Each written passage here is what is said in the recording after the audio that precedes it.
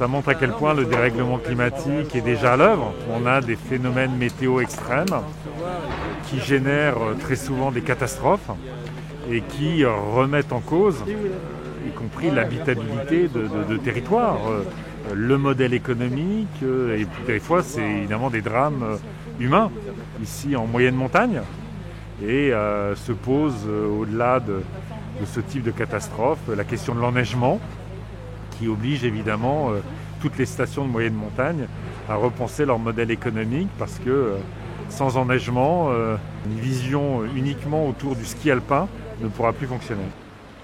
Tous les scientifiques le disent.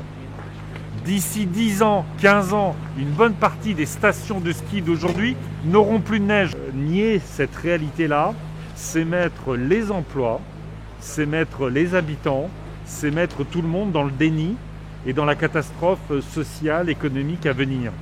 Nous, ce qu'on dit, c'est qu'il faut anticiper. Quand vous voyez un président de région comme Wauquiez qui met des dizaines de millions d'euros dans un mirage qui est l'enneigement artificiel, ça n'est pas sérieux.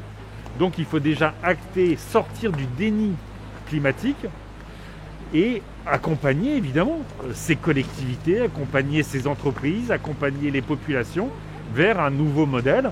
On en a les moyens. Déjà, vous savez, on prendrait les dizaines de millions que met Wauquiez dans des stations qui ont besoin de développer un autre modèle, et bien vous les accompagnez dans de nouvelles activités. Donc ce n'est pas forcément de l'argent en plus. Qu'on y développe un tourisme toute l'année, et ça, effectivement, ça nécessite de la volonté politique, pas du déni.